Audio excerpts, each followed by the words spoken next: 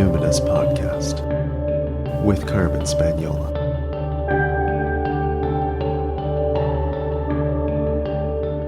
Hi there, and welcome to the Numinous Podcast, where we have interesting conversations with everyday folks about the mystery of life. I'm your host, Carmen Spaniola, joining you from the lands of the Lekwungen-speaking peoples, the Songhees and Esquimalt First Nations, recently known as Victoria, BC, Canada. And my guest today is the fabulous Laren Alta. Seattle native Laren Alta is a mystic, medicine woman, and spiritual mentor with more than 20 years' experience helping women and femmes live their soul's purpose by being their most authentic selves.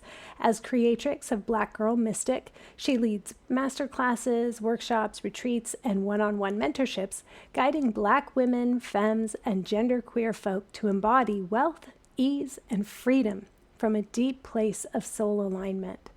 Her work as a masterful healer, magical facilitator, and transformational space holder began over 20 years ago in the Women's Research and Resource Center of Spelman College, one of the historically Black colleges and universities in the U.S. It was there that she started SisterFire, a monthly all-women's open mic spiritual ceremony healing space. From Seattle to Spelman to powerful spaces near and far, healing and liberation has always been Laren's purpose, and she's embodying it every day.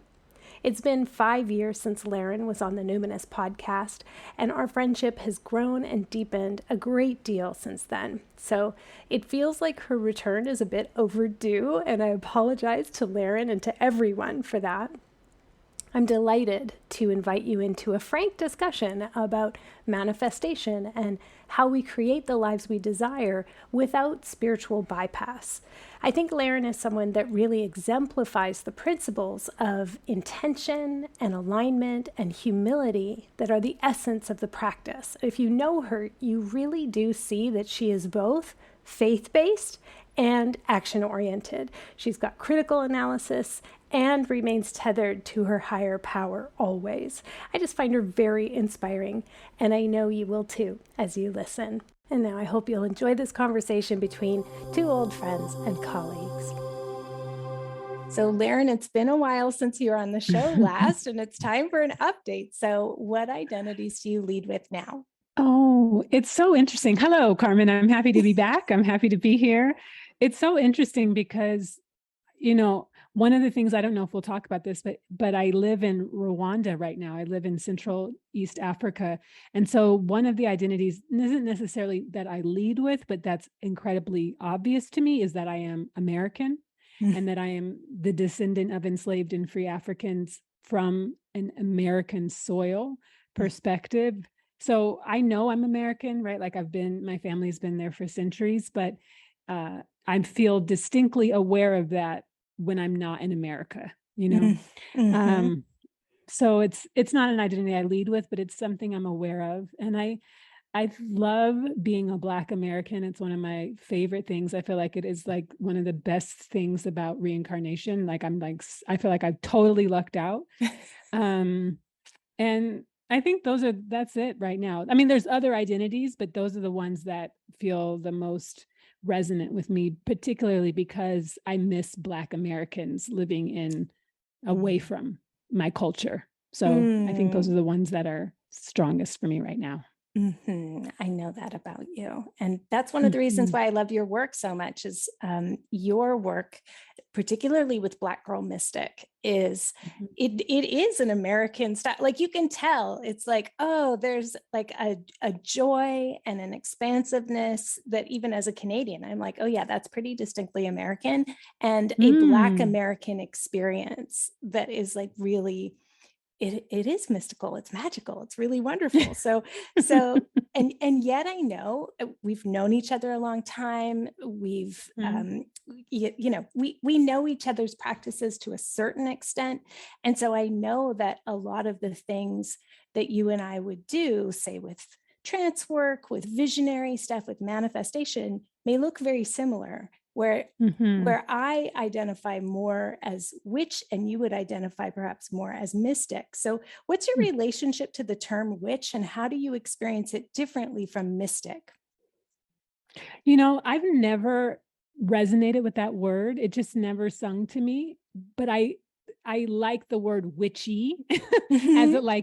as a distinguisher of things, but I've never identified as a witch. It just has never felt like uh, me or my practice. But partially, I mean, it just has never resonated with me. But I think part of it is like my practice of manifestation and spirituality and mysticism is very rooted in my ancestry, is very rooted in my lineage, it's very rooted in my people and my practice. And I never, I even those of us who have practiced African diasporic religions like Voodoo or Yoruba, I've never think of them as witches. So it just it's never something that has landed with me. I just feel like we're all part of the spiritual family. And so it's all connected, but it's not something that has never been something for, that I've spoken to. But mystic for me feels like someone who walks between worlds and holds them all, is distinctly aware of the divine and God, source, creator, whatever words you use, and the mundane and the human and the flesh. So it's not avoiding the flesh, it's not, just floating around in our heads, but it's also like living a very embodied practice through a spiritual lens. It's embodied practice through a spiritual lens. That's like a really beautiful way to like distill it. There's something else about the way you do mysticism though, which is, I think some people can think of mystic and almost have some of the connotations of like, I don't know, like it's very mellow, almost even dissociative, like it's ethereal and otherworldly, whereas you are so embodied and you are so like colorful and so much about joy and pleasure and expressivity. And so how did you come to your particular flavor of mysticism? Like what were some of your influences, or do you feel like this is your ancestors coming through you? Because it's pretty unique. I love that question. Honestly, I think it's my personality. I've always been very joyful, very enthusiastic, very like I remember even in like as a child, maybe in middle school, I would ask my best friend who is very, cerebral, very intellectual. She got her PhD from Yale and is a college professor now. And, like she's a Gemini, very much in the head. And I would always be like, aren't you excited? Aren't you excited about whatever? Aren't you excited? And she'd be like, Laren, everyone doesn't get excited about things. Everybody isn't that excitable. And I'm like, what are you talking about? I think so much of life is exciting. So I think part of it's just like my nature. And it's like also holding that like levity and deeply rooted at the same time. I think that is part of the medicine that I carry, that I just was born with, that I can bring joy and effervescence and levity. Like it's an important part of my expression, like my soul's expression is expansive, is lit up, is bright, is colorful, and deeply rooted. Like I have to have both, and actually quite evenly. Because if I'm only in the rooted, then I feel too weighed down. And if I'm only in the effervescent, then I feel ungrounded. So I really have to integrate them. They don't feel separate to me at all. And that's how, like, to me, God is joy. Like it is expression, it is pleasure, it is expansion. And I think part of it is because I do come from, I grew up AME, which is a Christian denomination, which is African Methodist Episcopalian. And so I grew up in an all Black church, an all Black denomination that does center music where, people would catch the Holy Ghost, where it was now AME is a little conservative and bougie in terms of like the Black denominations. It is known for being a little bit more reserved. Okay. But even in that, right? Like gospel music was important. Like our preachers got enthusiastic, right? Like, so I think part of that, like spirituality has never been stoic to me. It's always had energy and enthusiasm. And because I'm an easily excitable person, like I can get lit up very easily. Like I think it just is helpful for me because then I can hold so much, like I can hold a quite a range of emotional expression, quite a range of spiritual expression. I can hold people in their depths, and I can hold people in their heights. Like I think that's part of the gift that I was born with, and I'm super I was about to say I'm super excited. No, you are. This is all very true about you. As you're speaking, I'm like, that is so true about you. That is so true about you. I know this about you. And now I'm like curious about what some of your planetary placements are, because you're so Taurian with that earthiness. But what do you have that's so effervescent and bright? Is it what's going on with Leo? What's happening? Leo's rising. Right. Leo Okay. rising. Great. And Libra moon. So those are all, I love that. Like, I feel like they're very sweetly harmonious together, but half of my chart is fire, half of my chart. So, and I only have one water. So I think a lot of that energy, like, and my Venus and Mars are both Aries. So there's a lot of fire. There's a lot of energy. There's a lot of passion in my chart. And then that Taurus just keeps me rooted. That's right. And eating good food. That's and right. relaxing. Beautiful spaces. That's right. Awesome. Yes. Okay. So you are a Spelman graduate. You have a degree in comparative women's studies. You've studied with and under some of the pioneers and leaders in the field. And beyond that, you've had personal relationships with some of the greats of Black feminism. And so as a scholar with keen analysis of, capitalist, imperialist, white supremacist, patriarchy, and as a Black woman who loves and serves her Black people, you have a really uniquely strong perspective on manifestation as a spiritual practice. So where's the nuance here? What is the difference between manifesting from a place of spiritual bypassing versus from a place of strong critical analysis? I think this is a delicious question, because I honestly don't do either. And I don't actually think about manifesting from a place of spiritual bypassing or not spiritual bypassing or analysis.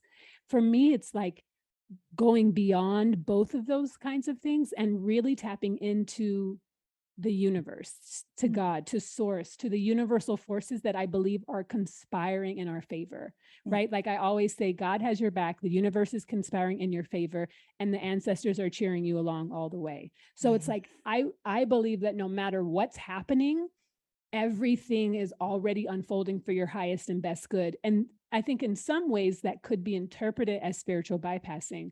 But what I know is that I'm here because my ancestors conjured me.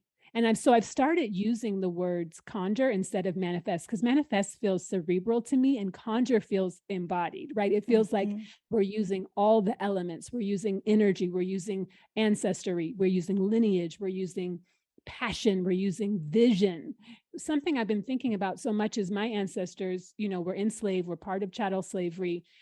They had to envision possibilities that they would never see, that they would never experience. They had to work hard and invest and sacrifice for a future they would never see, that their children may never have seen, that their grandchildren may never have seen. And yet here I am with 26 countries under my belt, living in a country I had never, that I don't even think I have lineage from, right? Like I am literally my ancestors' dreams come true. So I don't think that they were spiritual bypassing. I think they were spiritually resourcing. I think they were using everything they had to dream a possibility, to invest energetically in a possibility. And I am the proof of that lineage. And so I think about that because it's like, yeah, hopefully all my dreams will come true and I will conjure them all.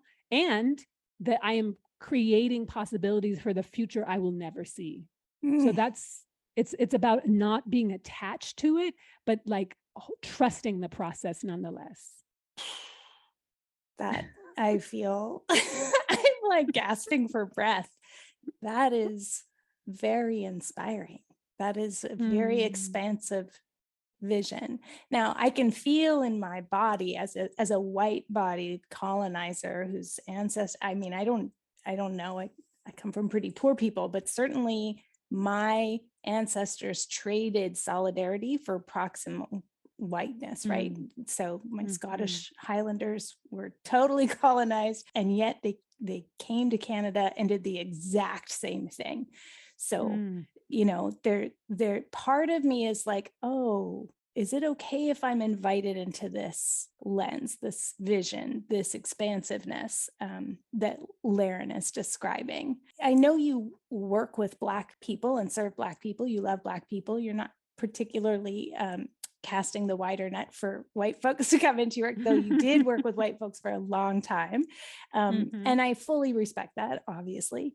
And how do you frame this for those of us who benefit from white supremacy? Like, where would you place me, Laren, in this vision that you have of how to approach manifestation, or, in your lineage called conjuring?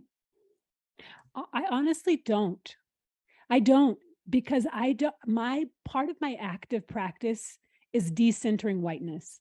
And part of that is not thinking about white people. I don't think about whiteness. I don't think about how my work affects white people. And I still have some white clients who work with me, and I love them and I appreciate them. But I don't actively think about white people, how they respond to or think about or internalize my work or my contributions or anything, because I think there's enough people thinking about white people in the world, and I don't have to be one of them. Right? Right. So it sounds like, sorry, go ahead. Part of the work of Black Girl Mystic is centering me and centering people who have life experiences similar to mine or akin to mine. And so in that, I get free from having to think about white people and whiteness. It's like, I give myself permission to not. So because I trust that white people, if white people buy your product, for instance. No, not at all. Great. Not at all. No, they're just not centered in my world. This is so beautiful. Thank you for receiving that question. I totally love it. So I'm going to speak to the legions of white people. Buy Laren's stuff. You're allowed to buy Laren's stuff. You should totally do it. Yeah. Thank you. So conjuring, very close to creating, right? This idea of conjuring is about bringing something into the manifest world, or is about creating something tangible that's impacting you. So in that kind of creative process, like, what are some of your specific, or would you be willing to share some of your specific practices for manifestation and conjuring that maybe listeners could try for themselves? Yeah. And I would say it's co-creating more than creating. Creating feels like effort to me, like I'm making something out of nothing. Conjuring and co-creating feels like I'm collaborating with unseen forces that already have my back, right? Like that it already exists in non-physical, and I'm helping to bring it, birth it. I'm the vehicle for birthing it into physical. And so most of it, I don't want to say it's passive, because I'm really just a vehicle, right? Like I'm really a conduit. I'm a channel for manifestation, or for whatever needs to be materialized. And so a huge part of my spiritual practice is stillness, is meditation, is listening, is just getting quiet and asking, what do you want from me? How can I serve? How can I be useful? What can I do? And then, which is easy, right? Like I have a daily meditation practice. That's generally pretty easy. And the thing that I had to submit to was obedience.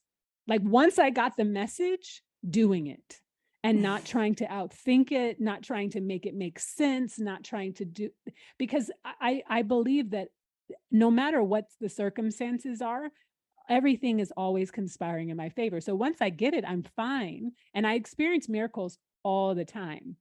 And sometimes I'm at the end of my rope and I'm like, hello, what is happening? But I still have to be in obedience, because when I was trying to do things my way and just trying to be in charge, things were not going well. Like I felt very, like alone, and when I can just receive the download, through meditation, through stillness, through journaling, I get divine inspiration all the time. Then I follow through on it. That's when the miracles happen. That sounds so gentle and sweet and loving and effortless. That's how it feels. Even, I mean, you well know, Carmen, there are sometimes, when I do feel like I'm a little buoy just floating out in the turbulent ocean by myself. I used to do in my 20s and early 30s, a Lakota Sweat Lodge ceremony. That was part of my spiritual practice for many years. And the fire tender and the water pourer would always say, when it gets hot in the lodge, put your face on the earth and pray harder. And so that is something that I have taken outside of the lodge, that when I am feeling like a little buoy alone in turbulent water, that's when I root deeper. That's when I pray harder. That's when I'm like, listen more keenly, right? Like that's when I have to surrender even more and let go of this idea that I know anything or know what I'm doing. Because I really don't. I really don't. I don't. There was a time, I think, when I was spiritually arrogant, right? Like I had done all this spiritual work. I was a practitioner, and I thought I knew things, and I didn't know shit. I didn't know. Oh, can I cuss on? Oh, totally. Yeah. Okay. I didn't know shit. I didn't know anything, right? But I had like built up this spiritual ego, like I did. And the moment I could start surrendering, things got easier. Because then I could be like, well, you're God, you're in charge, not me. You tell me what to do, and I'll just do it. It got much better after that. Right. So will you share what feels comfortable to share about what you're calling into your life now? Oh, yeah. I love this question. Thank you for asking. I am calling in. So I live in Rwanda, as I've said, and part of what's been really challenging for me is feeling isolated because I'm here. I live on the outskirts of town. It's a very socially, it's not like I just don't feel plugged in or connected here. And so I'm calling in community, not just in Rwanda, because I'm also planning on being back in the States at least part of the year, because I realize that's what I need. I need hugs. I'm calling in love. I'm calling connection. I'm calling in community, that I feel like a sense of belonging. That's what I'm calling in-person connections, healthy in-person connections, healthy in all of the ways, since, we've come through some pandemics recently. And so I miss hugs. I miss belly laughter. I miss heart-to-heart connections and cuddling and snuggling. And I've spent most of the last few years physically alone. And so I'm calling in intimacy and connections in all areas of my life. And I'm calling in an abundance of perfect people in the Black girl mystic world. Not perfect like they're perfect human beings, but perfect for this work. People who want to dive into their soul and abundance and conjuring and manifestation and divine and love and joy. That's what I'm calling in. I'm like rocking side to side and cuddling myself as you're talking about it and thinking, this feels good. This feels nice. I could see why you would pray on this like all day and night. That feels good. That feels good. So I'd like to talk about creativity as, I don't know if you would identify as an artist, but I experience you as someone who is very creative. You have a vision, you share it with the world, you collaborate with other visionaries who can translate your ideas in a really beautiful way. Just your embodiment is art, And so when or where do you feel the most creative? You've always had such good questions. Thank you. I feel the most creative when I'm in expression. So all the things that you just named, I love dressing up. I love a photo shoot. I love you dressing up, and I love you in a photo shoot. It's my favorite. Thank you for doing that.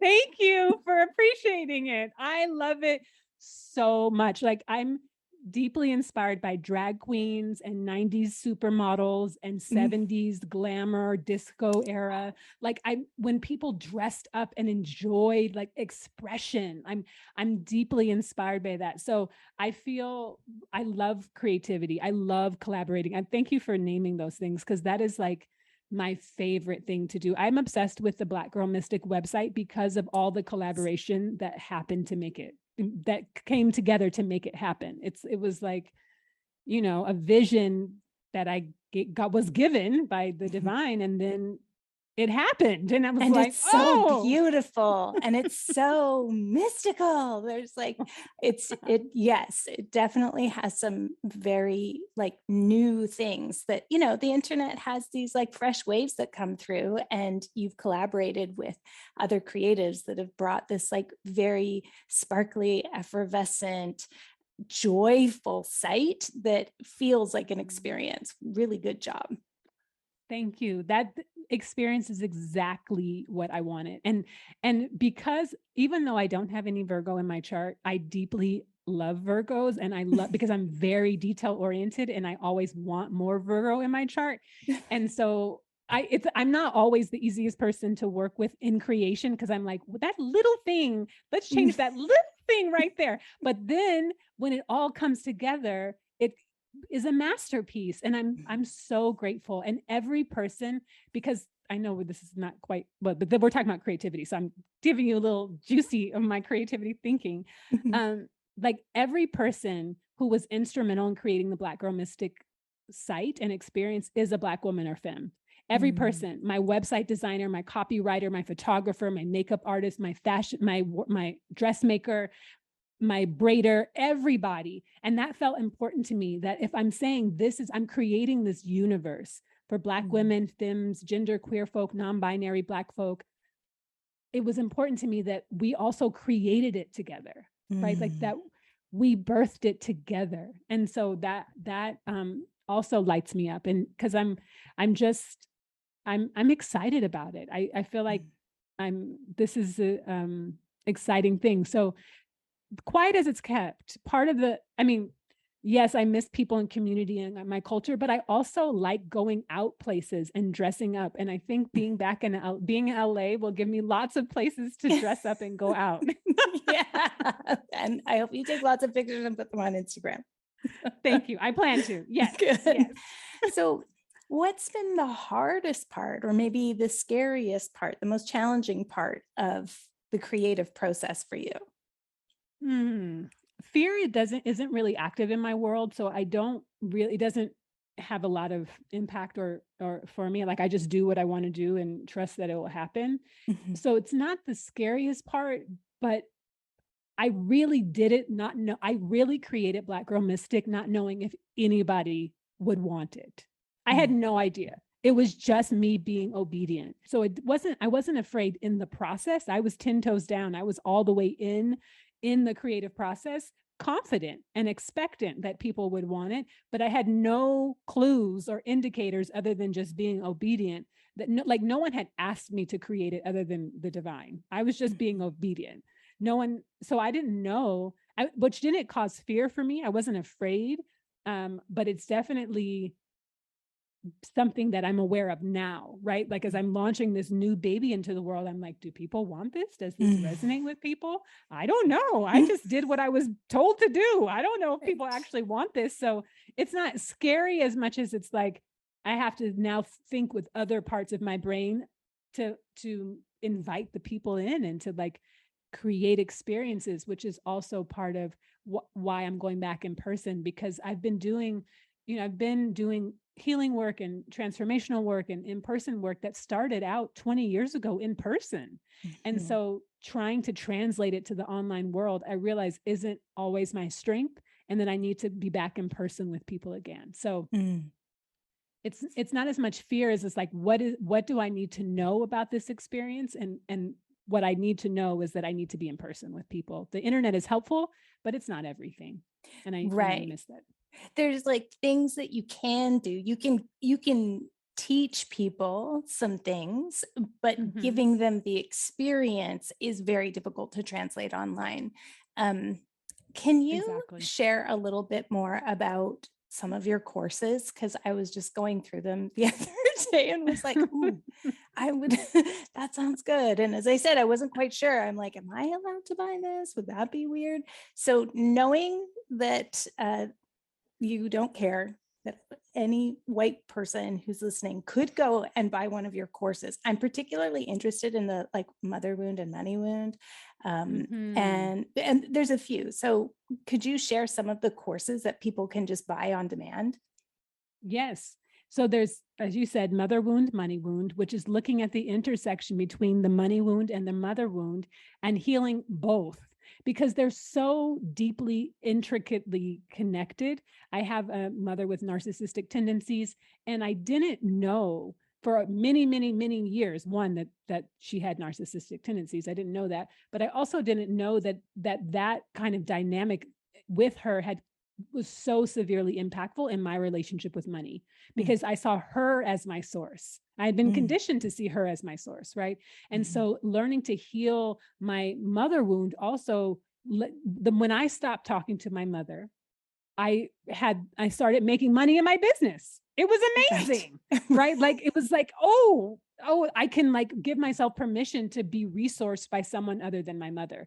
And so money wound, mother wound is looking at how do we heal the impact of our mother wound and transform that in our mother wound so that we can actually start receiving from source, from the creator, from the divine, and being in the flow of abundance as opposed to whatever we've been told, right? Like everyone's mother wound is different, but that is ultimately it's about healing the wounds so that you can be in the flow of abundance. So what I'm hearing in that when you said everyone's mother wound is different, I was like, oh yeah, I can see the conditionality of the relationship I had with my mother showing up as the feeling of conditionality with money.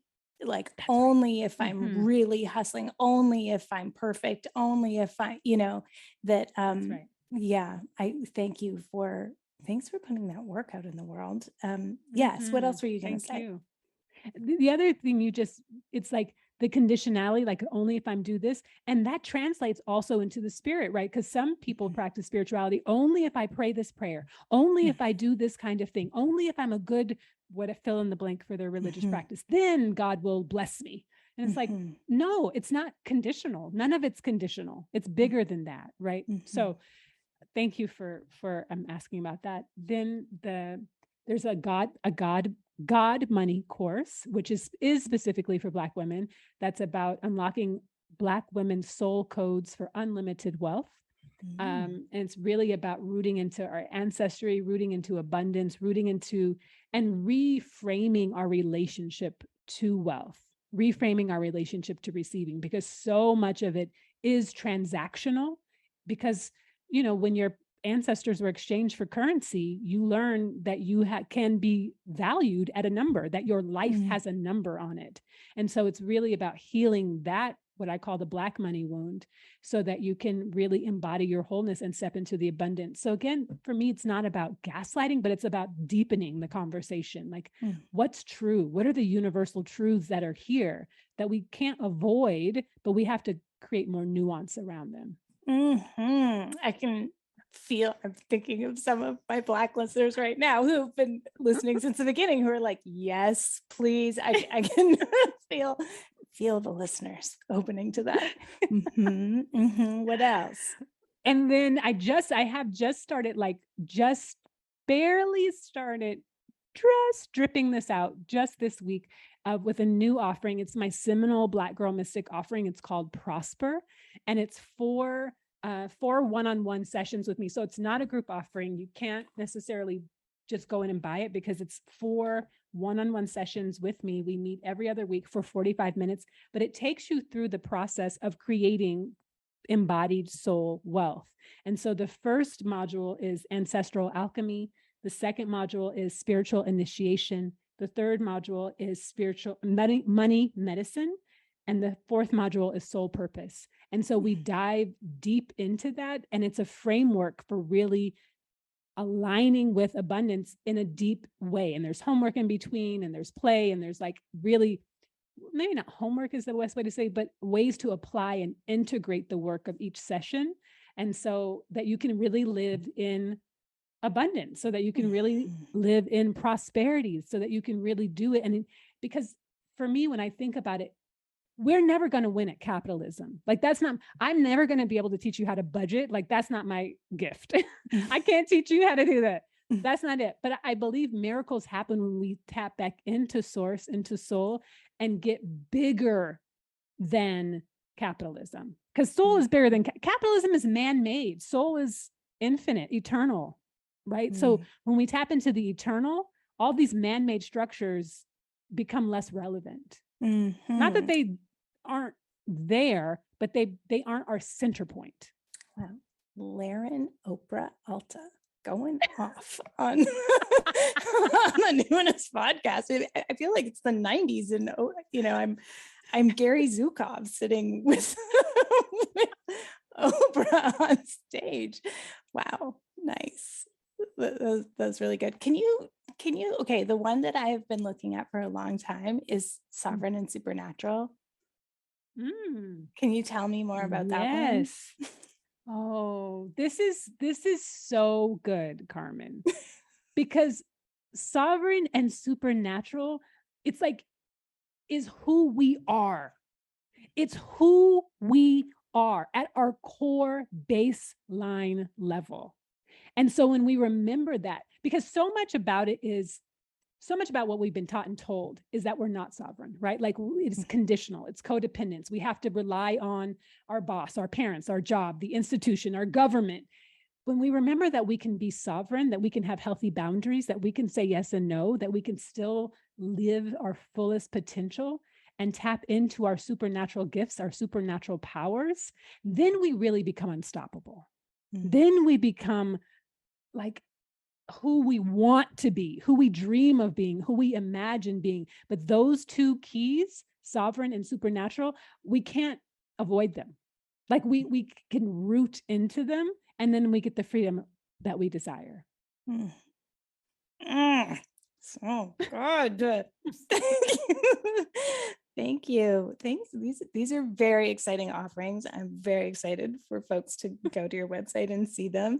So, okay, you've already answered the grief and rage question years ago when you were on the show. So the follow-up to that for return guests is, where are you finding the most joy and pleasure in your life these days? Okay, this is going to be a very strange answer, but this is the truth. Okay, it's the truth, and the truth shall set you free. Because I'm also like grappling with, sometimes it's very difficult. Sometimes I do feel very isolated and alone right now in my life. And so I've been watching a lot of Judge Judy on the internet, a lot of Judge Judy in the People's Court. And it does bring me immeasurable joy. It's a strange answer, but I love the People's Court, healthy boundaries in action. It's beautiful. I love it. So this brings me joy. This is bringing me back to the 80s. We used to watch the People's Court. Like before I was even going to school, I lived with my grandma, my aunts, my mom, right? It was like all this like very matriarchal household. And so there was like One Life to Live, Days of Our Lives, like Young and the Restless, and Price is Right, all those things. And then the People's Court. I can hear the music right now. Yes. What brings you so much joy about Judge Judy and the People's Court? There's a part of me, a young Laren, that grew up without a lot of healthy boundaries or, what's the word I want to use? Consequences for unhealthy behavior in my household. Not my unhealthy behavior, but unhealthy behavior that was very impactful on me went without a lot of consequences. And so it's very soothing and very healing for me to see consequences in action, to see Judge Judy is the same. If you're poor, if you're rich, if you're Black, if you're white, if you're a man, if you're a woman, she's very consistent and she plays no games. And so there's a part of me, my nervous system actually is very soothed by her discipline, by her unrelenting part. And I just feel very held by that. So I love that there's a beginning, middle, end. We find out the story, it gets resolved. We find out the story. In the People's Court, it's the same thing. Now, Judge Millian does yell a lot, which is somewhat triggering for me, but I do enjoy watching her. So if she's yelling too much, I'll go back to Judge Judy. But it actually brings me great soothing to my nervous system, which then expands my capacity for more joy as well. Oh, I think this is something that people will be very surprised to hear about you. Especially because, if I were to guess, I'd be like, oh, she loves the Golden Girls. That's her comfort show. I do love the Golden Girls. That's her true comfort too. show. But this is also, it makes so much sense to me what you're talking about, even just you describing it. I'm like, oh, I should go on YouTube and watch Old People's Court, because I relate to why that would be soothing. Thanks for that little insight into, like, this is the real Laren. Thank you. The real me. Absolutely. And I'm also a binger. So because I never watched Judge Judy until now. I've never watched the People's Court until now. I know Judge Wapner just because it would be on, but I never really watched it. Yeah. But so it also is soothing. I don't know which part of my mind likes this, but I like when I can binge lots of different. So there's 25 years of Judge Judy. I can just keep on watching, it's just very helpful that I don't have to worry about it running out, but you are correct. And you do know me very well. The Golden Girls are a standby go-to for me. I love the Golden Girls. Yes. See, Laren, thank you for coming back on the show. You contain multitudes. There's no way we can get through. Anyway, we'll have you back again over the years, especially, as it's been busy as you are an international, resident, and you're constantly traveling and on the move. So it's really nice that you took time to stop by the Numinous podcast again. Thanks for being on the show. Thank you for having me. It always is a pleasure to be in your company, Carmen, always. So thank you so much. Sovereign and supernatural is who we are. The way she said that, that was giving Oprah right there. Who else is like, where's my credit card? Very, very exhilarating conversation. All of us who love back to school and like the creative energy of closing one year really well and leading off the next one on good footing are like, sign me up. So go to blackgirlmystic.com to purchase a course and just bathe in the splendor that is Laren's website. Laren is an excellent coach. I highly recommend the investment if you're in need of an energetic boost in your life or your work. I can feel it. Can you feel it? So good. All right. So the listener shout out this week. This week, the listener shout out goes to the folks in Alaska who are hanging with me. I noticed a lot of downloads this week, and I was surprised because, are people watching the news? The climate crises around the world, from Puerto Rico to, still cleanup in Pakistan and different places. I mean, it's overwhelming. So I just want to really thank all those who have been listening, particularly in parts of Alaska impacted by storms and flooding. Some of these places I visited in my youth, I remember very fondly. So I'm thinking of you now. Thank you so much for listening to the show. And finally, remember that The Spirited Kitchen is available for pre-order online or from your local independent bookseller. Just ask them to bring it in, and usually they will. And then bring your receipt back to my website to receive your instant bonus downloads. Just go to the cookbook tab at carmenspagnola.com, CarmenSpagnola. Until next time, take care.